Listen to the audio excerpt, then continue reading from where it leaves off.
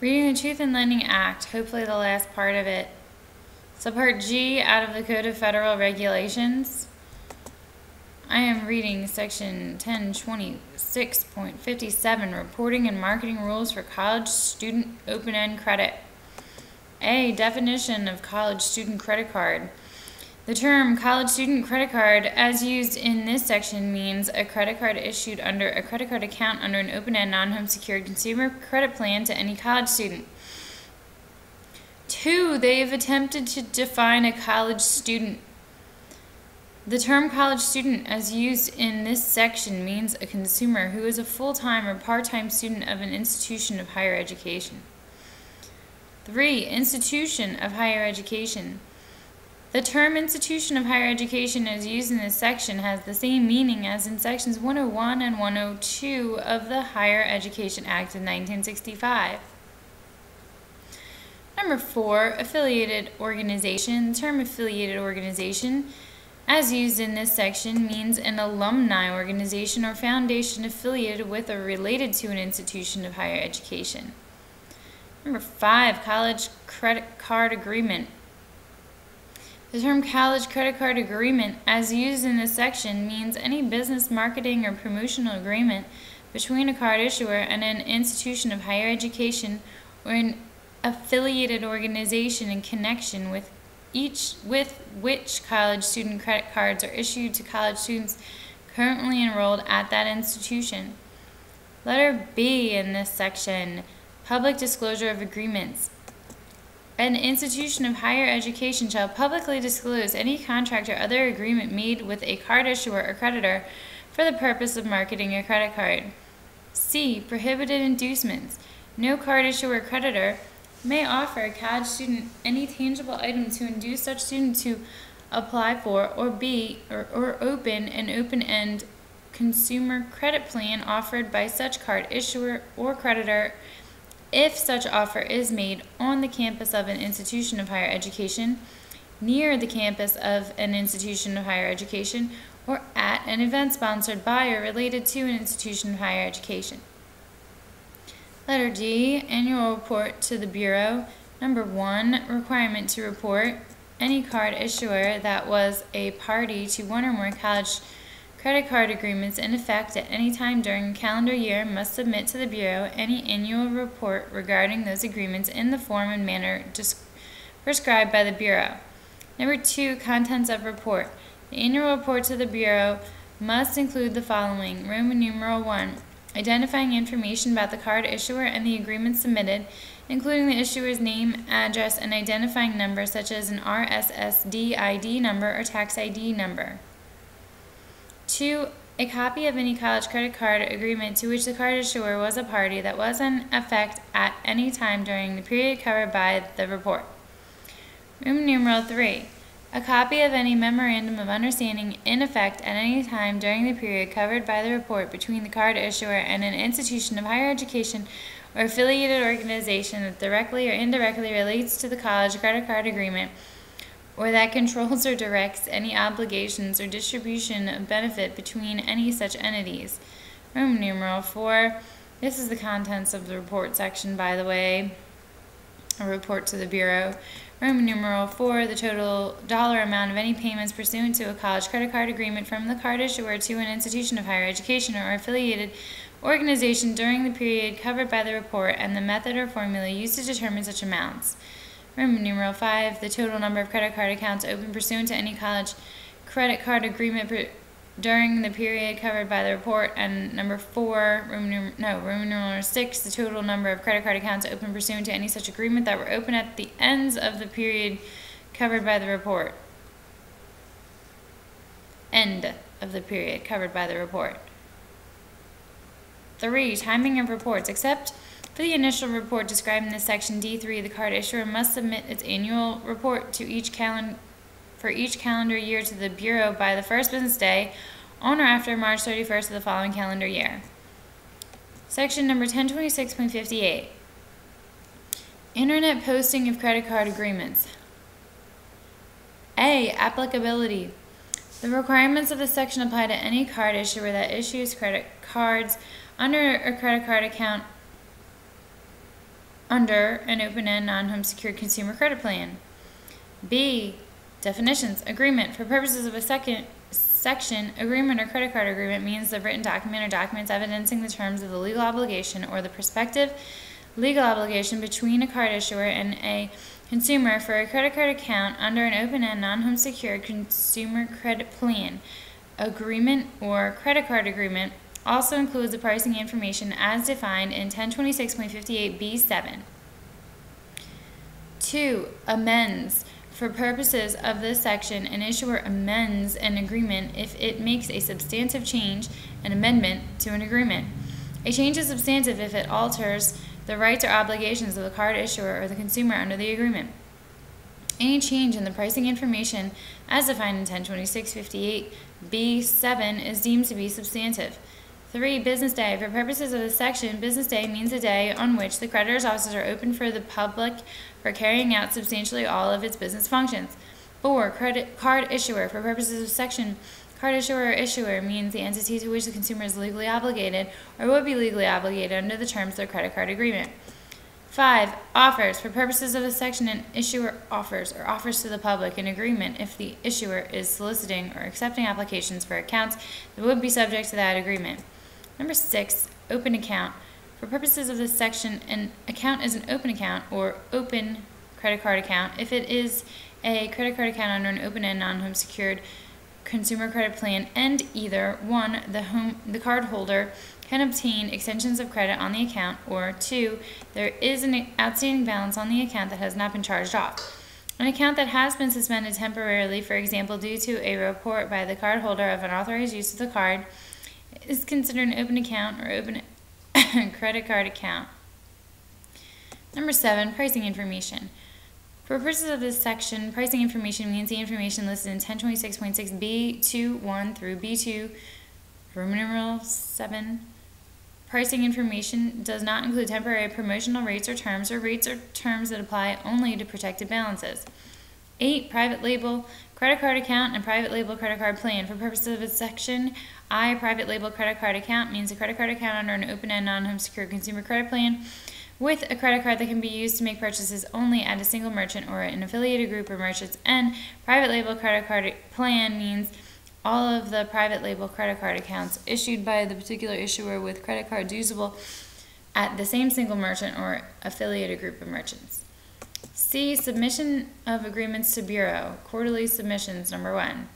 A card issuer must make quarterly submissions to the Bureau in the form and manner specified by the Bureau. Quarterly submissions must be sent to the Bureau no later than the first business day on or after January 31st, April 30th, July 31st, or October 31st of each year.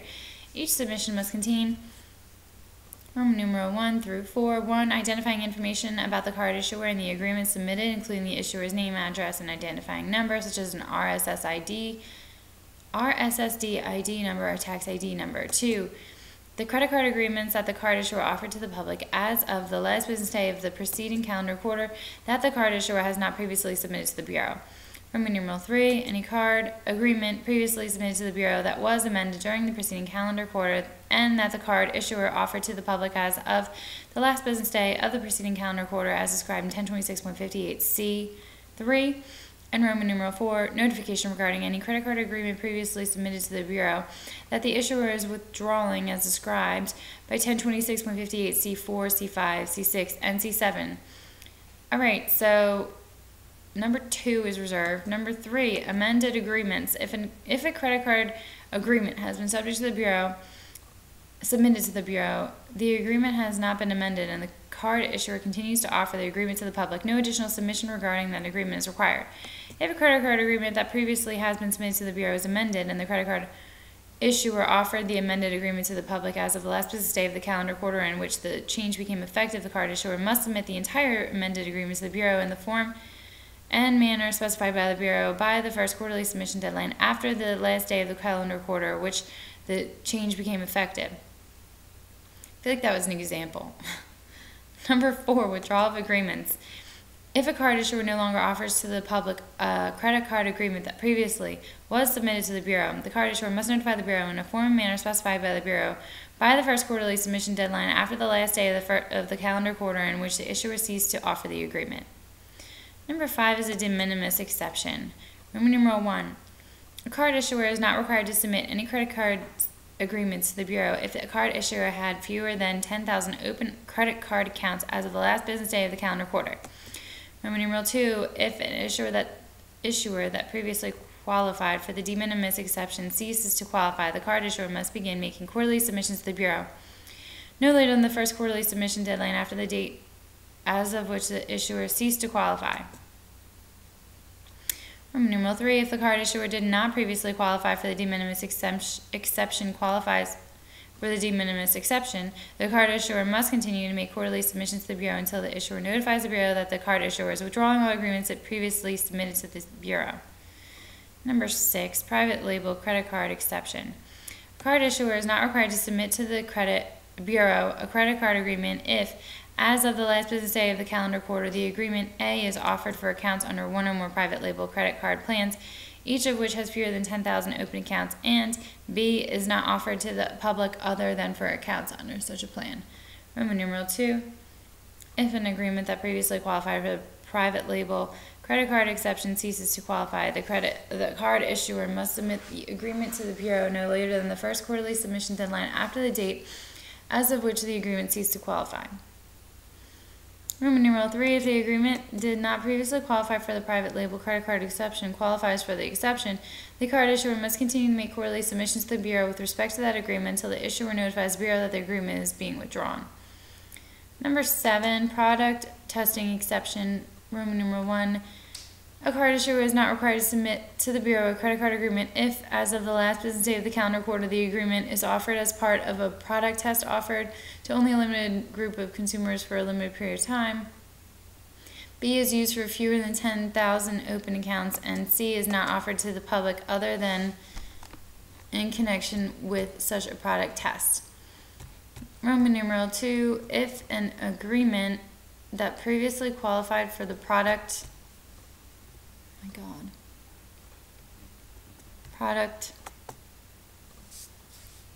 testing exception ceases to qualify, the card issuer must submit the agreement to the Bureau no later than the first quarterly submission deadline after the date as of which the agreement ceased to qualify.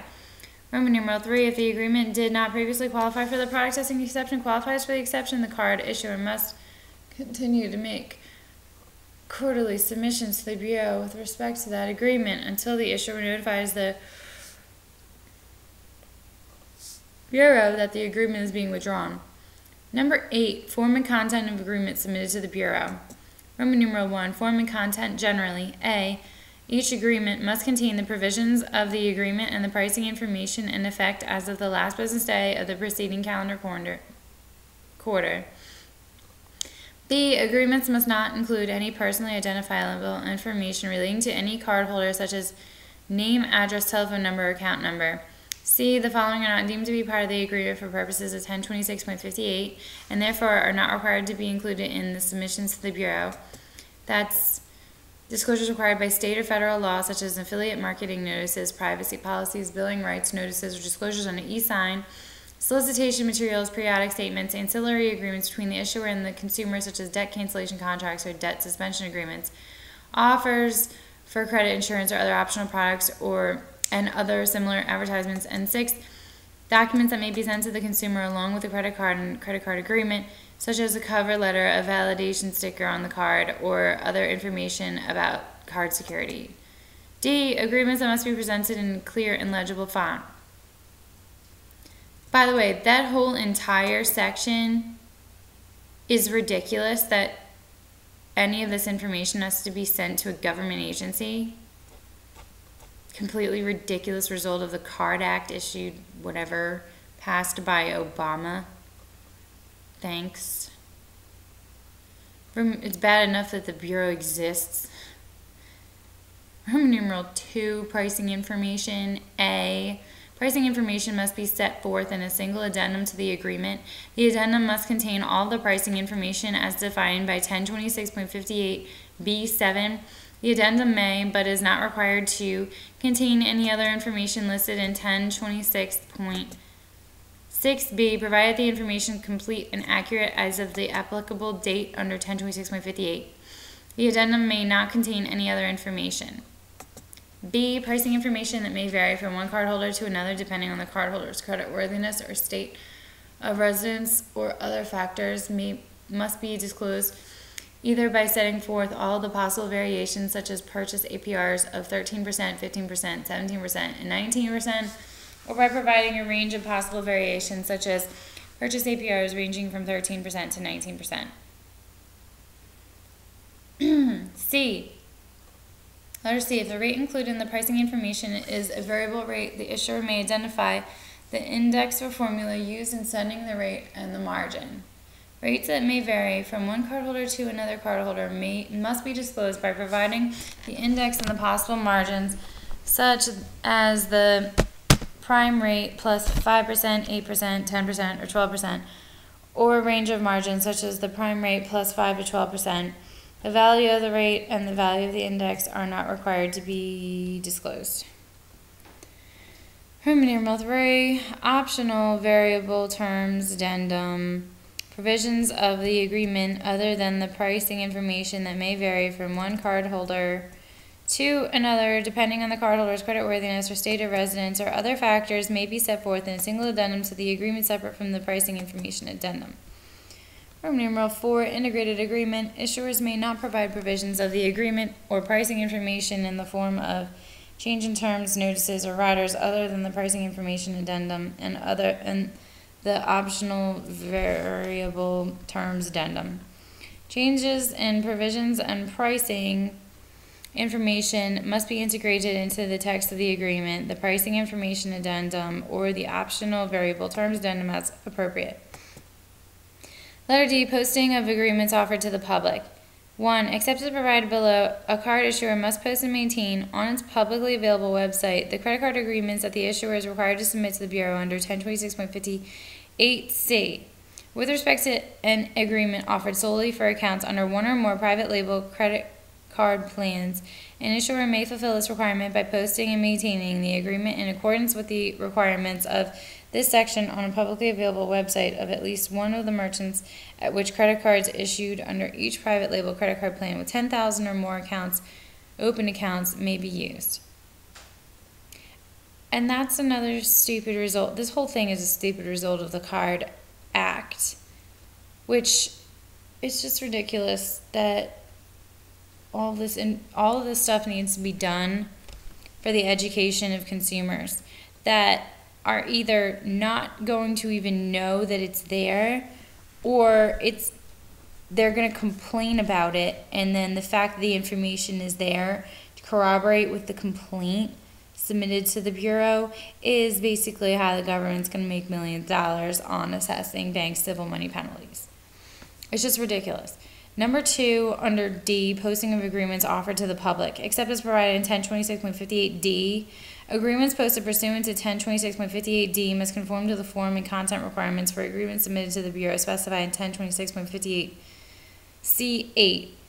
Number 3, under D, agreements posted pursuant to 1026.58D may be posted in any electronic format that is readily usable by the general public. Agreements must be placed in a location that is prominent and readily accessible by the public and must be accessible without submission of personally identifiable information. 4. The card issuer must update the agreements posted on this website pursuant to 1026.58D at least as frequently as the quarterly schedule required for submission of agreements to the Bureau. If the issuer chooses to update the agreements on the website more frequently, the agreements posted to the issuer's website may contain the provisions of the agreement and the pricing information in effect as of the date other than the last business day of the preceding calendar quarter. Letter E, agreements for all open accounts. Number 1, availability of individual cardholders agreement. With respect to any open credit card account, a card issuer must either post and maintain a cardholder's agreement on its website or promptly provide a copy of the cardholder's agreement to the cardholder upon the cardholder's request, if the card issuer makes an agreement available upon request. The issuer must provide the cardholder with the ability to request a copy of the agreement both by using the issuer's website, such as by clicking on a clearly identified box to which the request and to make the request and by calling a readily available telephone line and number for which is displayed on the issuer's website and clearly identified as to purpose. The card issuer must send to the cardholder or otherwise make available to the cardholder a copy of the cardholder's agreement in electronic and paper form no later than 30 days after the issuer receives the cardholder's request. Number 2, special rule for issuers without interactive websites. An issuer that does not maintain a website from which cardholders can access specific information about their individual accounts instead of complying with 102658E1 may make agreements available upon request by providing the cardholder with an ability to request a copy of the agreement by calling a readily available telephone line, the number for which is displayed on the issuer's website and clearly identified as to the purpose or included on each periodic statement sent to the cardholder and clearly identified as to the purpose. The issuer must send to the cardholder or otherwise make available to the cardholder a copy of the cardholder's agreement in electronic or paper form no later than 30 days after the issuer receives the cardholder's request. 3. Form and content of agreements. 1. Except as provided in 1026.58E, agreements posted on the card issuer's website pursuant to 1026.58E1 Roman numeral 1 or made available upon the cardholder's request must conform to the form and content requirements for agreements submitted to the Bureau specified earlier. Roman numeral 2, if the card issuer posts an agreement on its website or otherwise provides an agreement to a cardholder electronically, the agreement may be posted or provided in any electronic format that is readily usable by the general public and must be placed in a location that is prominent and readily accessible to the cardholder. Roman numeral 3, agreements posted or otherwise provided pursuant to 1026.58E may contain personally identifiable information relating to the cardholder, such as name, address, telephone number, account number, provided that the issuer takes appropriate measures to make the agreement accessible only to the account holder or other authorized persons. Roman numeral 4, agreements posted or otherwise provided pursuant to 1026.58E must set forth the specific provisions and pricing information applicable to the particular cardholder. Provisions and pricing information must be complete and accurate as of the date no more than 60 days prior to A, the date on which the agreement is posted to the card issuer's website, or the date the cardholder's request is received. Roman numeral 5, agreements provided upon cardholder request pursuant to 1026.58E1 Roman numeral 2 or E2 may be provided by the issuer in either electronic or paper form, regardless of the form of the cardholder's request. E-sign requirements. Card issuers may provide credit card agreements in electronic form without regard to consumer notice and consent requirements in e-sign. G. Temporary suspension of agreement submission required. Quarterly submissions. Number 1, the quarterly submission required in paragraph C of this section is suspended for the submissions that would otherwise be due to the Bureau by the first business day on or after April 30th of 2015, July 31st of 2015, October 31st of 2015, and January 31st of 2016.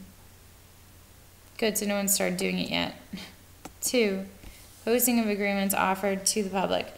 Nothing in paragraph G1 of this section shall affect the agreement posting requirements in paragraph D of this section.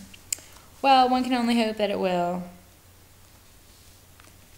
There's a section 1026.59, reevaluation of rate increases, to be read, and then there'll be one more section, 1026.60. Based on the length of these two sections combined, I'm going to make one more recording session.